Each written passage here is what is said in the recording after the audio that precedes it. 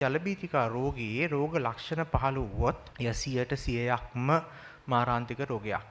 ලෝකයේ වුණත් ඉතාම සුළු පිරිසක් තමයි ජලබීතිකා රෝගයෙන් ජීවිත ගලවගෙන තියෙන්නේ. අපි සාමාන්‍යයෙන් කියන්නේ 100%ක් මාරාන්තික රෝගයක් කියලා. ජලබීතිකාව රෝගීන් කිව්වහම රෝගියෙක් නම් අනිවාර්යයෙන්ම මරණයක්මයි.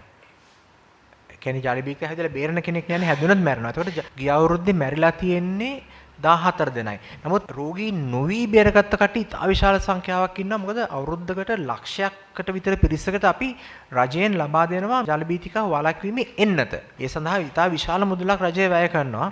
මම හිතන්නේ මිලියන 225ක් 250ක් විතර අවුරුද්දකට ඒ එන්නත් සඳහා පමණක් වැය වෙනවා. නමුත් ඒක රජයෙන් මේ විදිහම දරනවා. මොකද ඒක ඉතාම වැදගත් නිසා. අපිට හිතන්න පුළුවන් ලක්ෂ 2කමාරක් 3ක් බලව සපා කරන වෙලාවකදී මරණයටපත් වෙන්නේ 14ක් වගේ ගාණක් නම් කොච්චර ප්‍රමාණයක් වැලක්විලා තියනවාද කියලා. නමුත් මේ වැලක්වීම ඇත්තටම වැඩි හරියක් වෙලා තියෙන්නේ දැනට මේ සපා කෑමෙන් පස්සේ දෙන එන්නත් නිසා. නමුත් අපි මේ මුදල ඉතුරු කරගන්න පුළුවන් සුනකයින් අතර මේ ජලබීතිකාව වළක්ව ගත්තොත්. අපි නිසි ක්‍රියාමාර්ග නිසි වෙලාවට ගත්තොත් මෙම රෝගය මුළුමනින්ම පාහේ අපිට වළක්ව ගන්න පුළුවන්.